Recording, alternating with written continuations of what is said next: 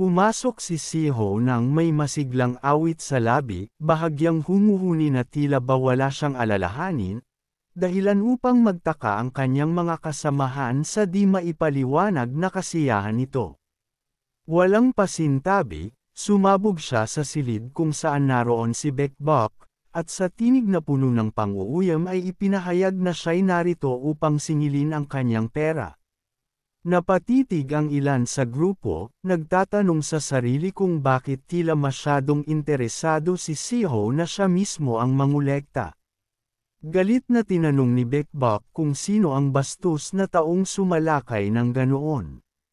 Ngunit sa mismong sandaling iyon, napansin ni Siho ang court adana na nakahandusay sa sahig, nanginginig sa sakit, at biglang nagbago ang kanyang anyo, mula sa mapaglarong ngiti patungo sa malamig na seryosong tingin.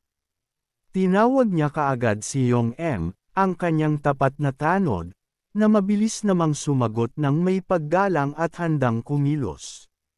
Dahan-daang lumapit si Siho kay Bekbok, sabay sambit ng may matalim na biro na inakala niyang isa lamang itong taong umiiwas sa utang. Ngunit tila higit pa pala sa inaakala ang kabulukan nito. Nagpatuloy si Siho sa kanyang mapanuyang pananalita, mariing itinulak sa mukha ni Bekbok ang katotohanang hindi niya namamalayan kung gaano ito kawalang silbi at kaawa-awa. Idinagdag pa niya, may matalim na ngiting puno ng panunuya, na kung nakita ng dating amo ng bahay ng Lotus ang ginagawa ni Bekbok ngayon, tiyak na sobrang ikapagmamalaki nito sa kanya, isang kantsawang lalo pang nagpaliyab sa galit ni Bekbok. Mabilis na sumugod si Bekbok, ang bawat hakbang ay bigkis ng galit at paghamon. Sa iisang iglap, kumalabit ang kanyang kamay sa tibak at tinangkang tagayin si Siho ng walang pag-aalinlangan. Subalit sinalubong iyon ni Siho ng buong kapanatagan, na para bang wala siyang nararamdamang takot.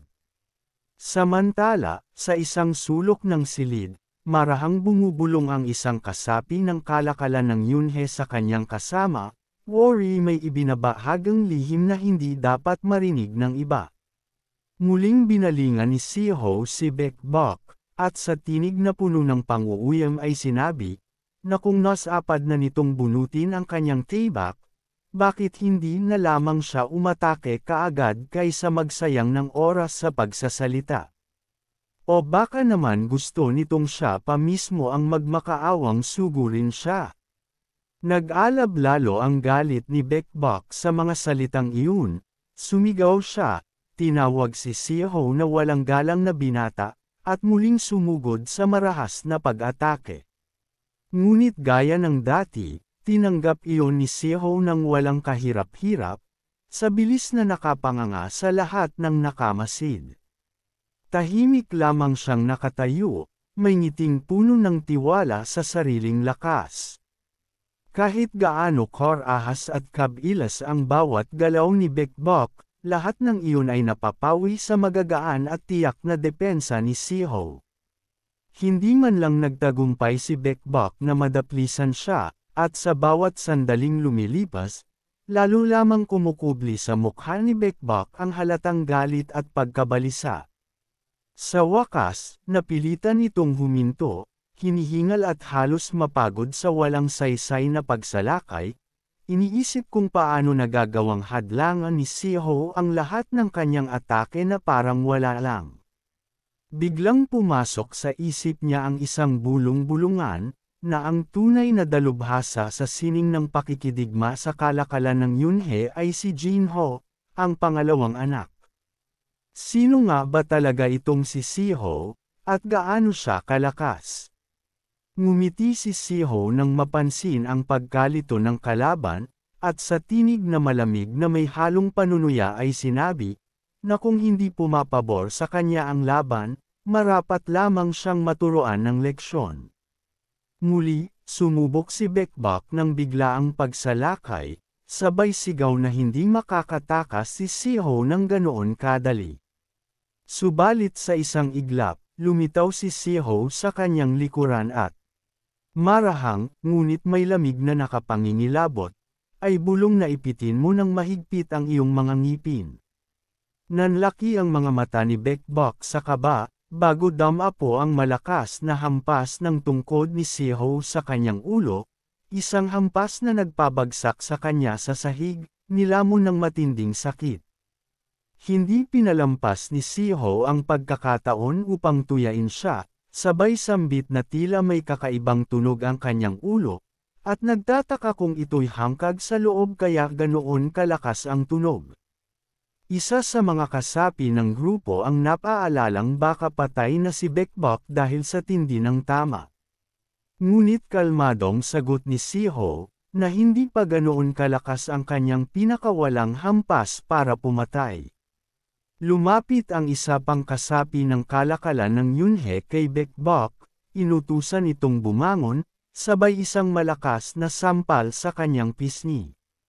Nagising si Bekbok sa matinding takot, at ang unang bumungad sa kanya ay ang nakangising mukha ni Yushuak na pinuno ng Finance Pavilion, na may tingin na parang gutom na buwiter. Gising ka na ba? Anito, may tinig na puno ng pananakot.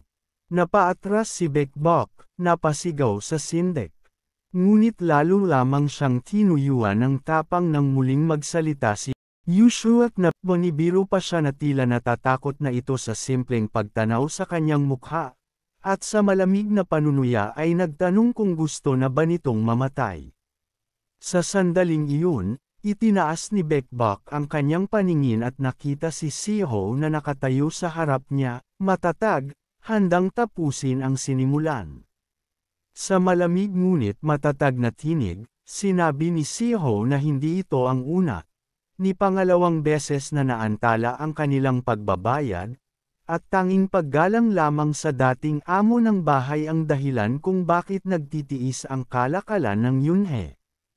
Mariin niyang tinanong kung iniisip ba talaga ng mga ito na puro hanggal lang ang kanilang pangkat. Nagpupumilit si Bekbok na magpaliwanag, pautal-utal at walang malinaw na tugon, nagtatanong pa kung anong bayaran ang tinutukoy ni Siho. Sa iglap na iyon, inihagis ni Siho sa kanyang mukha ang isang bantan ng mga dokumento, mariing idineklara na iyon ang tala ng lahat ng kalakal na ibinigay ng kalakalan ng Yunhe sa bahay ng Lotus ng mga court adana, at sa loob ng isang buong taon, ni isang baryang kabayaran ay wala silang ibinayad. Sa huli, malinaw niyang binanggit ang nilalaman ng kasunduan, na kung walang kabayaran, automatikong lilipat ang buong pagmamay-ari ng bahay ng Lotus sa kalakalan ng Yunhe. Nag-apoy sa galit si Bekbok sa mga salitang iyon, o siga na inakusahan si Yun Siho ng pagpapakita ng mga pekeng papeles. May kumpiyansa pa itong nagpatuloy, sinasabing batid niya ang tungkol sa sunog na Samaira sa lahat ng tala ng pakpak pinansyal, at tinudyo si Siho na wala itong matibay na ebidensya, isa lamang umanong tangkang pangungutong. Sa puntong iyon, sumingit si Yushuak na pinuno ng Finance Pavilion, na may halatang pagkainis, mariing sinabing hindi na niya kayang pakinggan pa ang ganitong klaseng akusasyon. Mariing ibinagsak ni Siho ang kanyang tungkod sa tabi ng ulo ni Bekbok, at hamong muling suriing mabuti ang dokumentong tinatawag nitong peke. Kinuha niya ang papel at itinapat sa mukha ni Bekbok, inuutos na idilat nitong mabuti ang mga mata at tingin. Ang malinaw ang lumang papel at kupas na tatak. Unti-unting sumiksik ang pagdududa at takot sa dibdib ni Bekbok, alam niyang tunay ang dokumento. Bumigat ang kanyang paghinga, at pinawisan habang lihim na tinatanong ang sarili kung nagkamali ba ang pangkat doon sa kanilang plano. Nagsimulang manginig ang kanyang mga kamay, nababalot ng kalituhan, niloko ba siya ng doon? At kung oo, bakit? Dahan-daang iniwagayway ni Siho ang dokumento sa kanyang harapan, sabay pang uuyam na iyon daw ang tunog ng maliit niyang utak na pilit nag-iisip. Lalong, Namutla at nena si Bekbok sa insultong iyon. Sa malamig na tinig, tinanong ni Siho kung bakit hindi na lamang niya pinamunuan ng maayos ang bahay ng Lotus at namuhay ng maginhawa, sa halip na gumamit ng maruruming pamamaraan. Idinugtong pa niya na malinaw na may mga lihim na kasunduang ginagawa si Bekbok sa likod ng lahat. Sa sandaling iyon, humakbang pasulong ang punong tagapamahala ng bahay ng Lotus, si So So Chang, at magalang na humingi ng pahintulot upang magsalita. Agad siyang nakilala ni Siho, ang taong minsang tinrato ng masama ni Bekbok, ngunit siya ring nakapag-angat sa isang naluluging bahay aliwan tungo sa pagiging isa sa tatlong nangungunang bahay sa buong Hubei dahil sa kanyang pambihirang galing sa pamamahala. Nakaramdam si Siho ng awa na sa kabila ng ganoong kakayahan ay napipilitan itong magtrabaho sa ilalim ng ganoong kalagayan. Lumapit si Siho at formal na ipinakilala ang sarili, ngunit hindi na sinayang ni So So Chang ang oras sa pagbati. Direkta nitong inilabas ang aklat ng talaan ng bahay ng Lotus at hiniling na buksan ni Siho ang 7 pahina. Ipinaliwanag na mayroon silang bagong sangay na binuksan kamakailan ngunit hindi kailanman idineklara sa opisyal na tala. Biglang tumindig si Bekbok, pasiga na tinakot si So So Chang na papatayin niya ito kung magsasalita pa. Nagbabaga ang galit sa kanyang tinig, hayagang nagbabanta ng karahasan. Ngunit napatigil siya nang maramdaman ang malamig at mabigat na presensya sa kanyang likuran, si Yong M, tagabantay ni Siho, na nakatitig sa kanya nang may pananakot at nakatutok ang espada sa kanyang leeg.